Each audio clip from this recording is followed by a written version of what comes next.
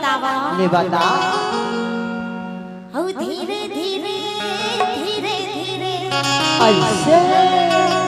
हो धीरे धीरे धीरे धीरे हो धीरे धीरे मजा लेगा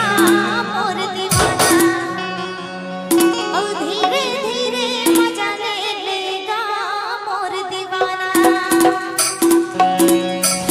औ जिला डंडोरी के मयल बेली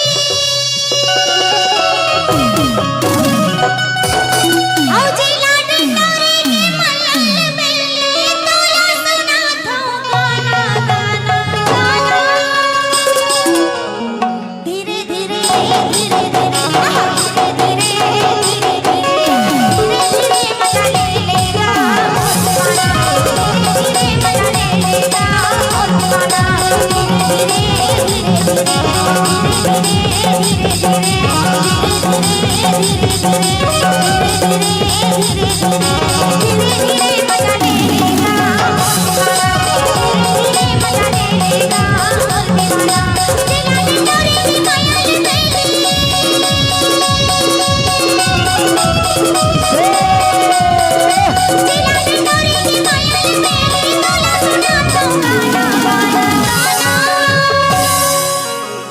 धीरे धीरे